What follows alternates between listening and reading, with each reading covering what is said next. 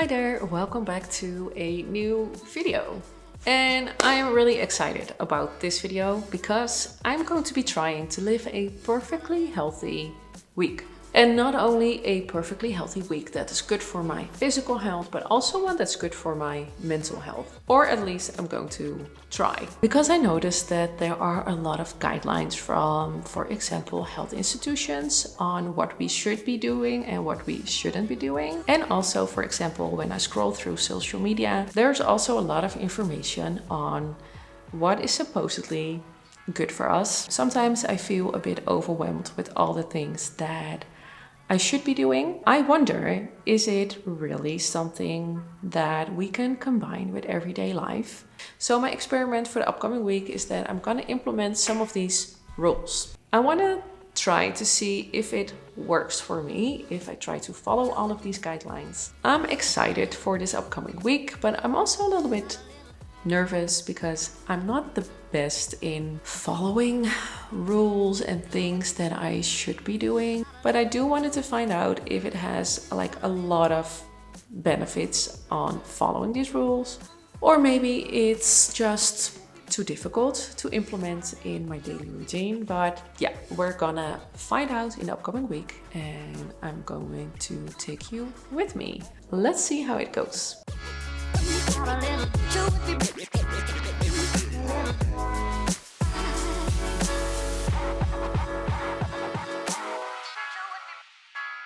Okay, skincare routine is done and that's step one. Now it is Sunday evening and I have to think of what the perfect time is for me to go to bed, because I have to get up at 6:30 tomorrow to go to my job. And that means that I have to be asleep at 10:30 and I think lights out at 10 already if I want to get 8 hours of sleep. Also, it is recommended to not use any screens before you go to sleep. So no laptops or no watching TV. And that means that from 9 o'clock, I can't use any of my screens anymore. And that is going to be a little bit of adjusting for me because I'm really used to watching my favorite shows before I go to sleep.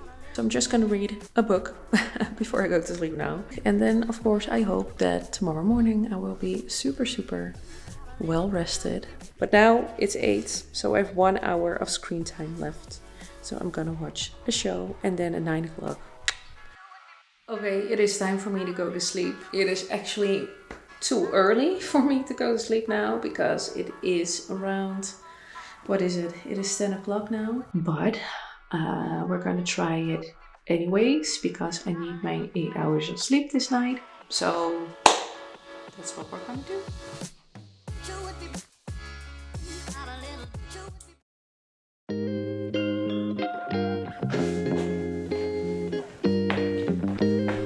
Okay, today is day 2 of my perfectly healthy week. On the agenda is meditation for today, and I've read a lot of positive things about meditation. But for me, I don't know, it's always been kind of a challenge to meditate. I'm a really impatient person, but I've read that meditation can have really positive effects if you are anxious or if you are dealing with a lot of stress or low mood, for example. I thought that meditating just had to be in my perfect week. So here we are now, 9 o'clock. I actually want to go to bed because I worked all day.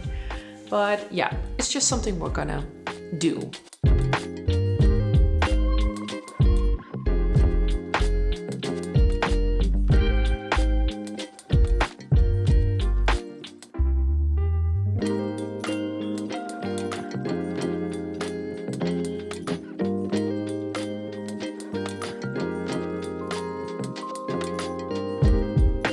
Okay, I did my 10 minutes of meditation. It went fine, I think. I noticed that I slowed down a little bit, but I also noticed that my back is killing me in that position. I think next time when I meditate, I'm gonna do it laying down on the couch or maybe sitting in a chair or something. Sitting on the floor, and in that position, my back is always, I don't know, annoying me. So my only focus then is my back and nothing else. But it's not as bad as I thought, and it sounds crazy maybe, but I'm a very impatient person, so meditating for me, especially when I have to do it by myself and I don't have anyone that is, I don't know, doing it with me or someone that is guiding me, I think that's really difficult. But I put on a meditation from Headspace, and on Spotify they have quite nice meditations, all free. Yeah, now it's 21:43. It's time for me to go to bed because otherwise I won't get my 8 hours of sleep. So I'll see you tomorrow.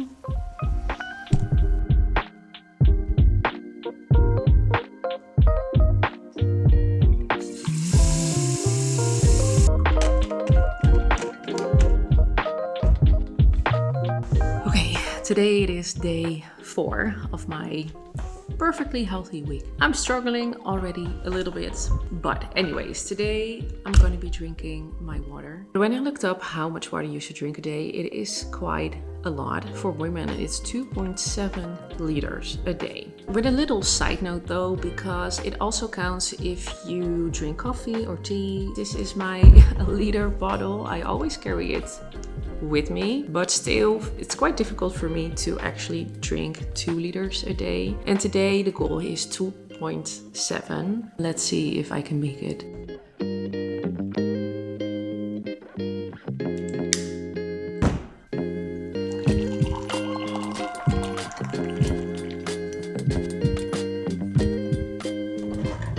I'm also reading now on the website of the Mayo Clinic that about 20% of your daily fluid intake usually comes from food and the rest from drinks. That is something that I also have to take into account. So they recommend 2.7 liters of fluids for a day. So minus 20% is around, let's say, 2.2 liters of water, roughly. Yeah, 2.2. I'm already a little bit annoyed because I have to go to the toilet again. And I have to do something for work, or a course that I followed for work. But I have my bottle of water here and I just made a cup of tea. It's gonna be okay. Let's see how it goes the rest of the day.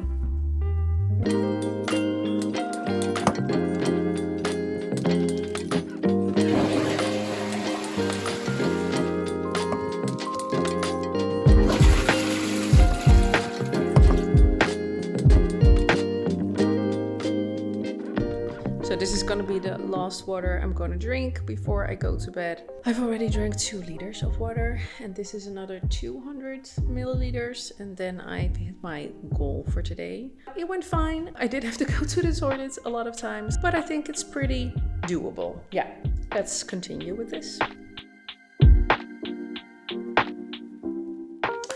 Okay, it's time for me to go to the gym. But working out for me is not really a challenge in general because I really like it. So I try to go to the gym 2 times a week. I am training for a half a marathon. And besides that, I'm also rowing. I think the working out part is quite fine in my routine, but I do notice it's quite difficult to combine all the things that I want. So I'm gonna go to the gym now.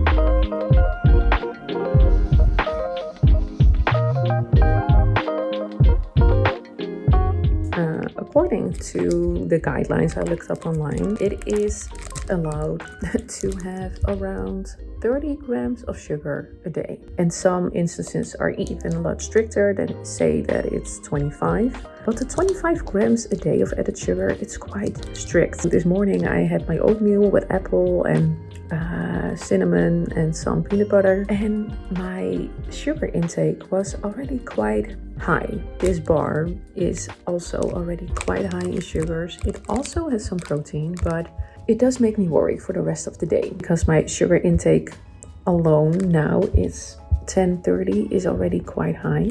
And while we all know, I think, that eating sugar isn't the best for us, I also saw that it is really related to all kinds of mental disorders. So I think if you are struggling with anxiety or depression, it is really interesting to see what you are eating in a day. So that is what I'm going to do right now.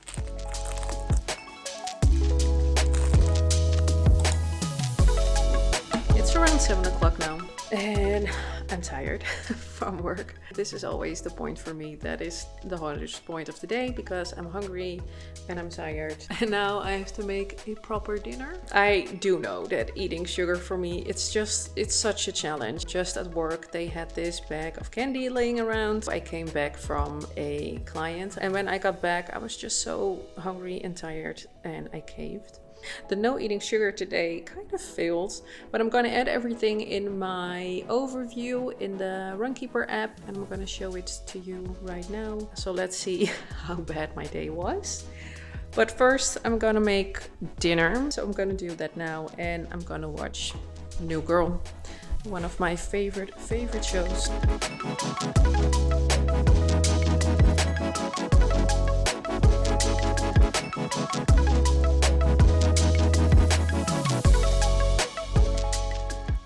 The end of my perfect week, and let me just get right to it. It hasn't been so perfect. I found it really difficult, especially to combine it with working full-time, combining all the perfect rules that I wanted to follow. Looking back on this week, some of the rules were quite doable. So the drinking water, it's fine. It is annoying that you have to go to the bathroom every, every 30 minutes, but it's fine. Meditating, it's not my thing. I just don't like it. And that's also something that I thought afterwards, like, I have to like this and I have to do this because it is good for me. And I was like, no, it's just not for me. I like other things and other things that are good for me. Exercising, I love exercising. I love all kinds of exercise, so that's also not really difficult. The no added sugar, it is still so difficult for me. I think I am addicted to sugar. I like sugar a lot. I like chocolate, I like candy, I like sweets. So if you have any tips, let me know. I have to admit that I feel a little bit like a failure after this week. I was kind of hesitant also to film this end of the video, like this wrap up, because I really had it in my mind that I was going to follow this rule book, and that I would have had my healthiest week, but it just wasn't that. It just wasn't that at all. What I noticed with myself is that if I have to do something that I don't want to do it.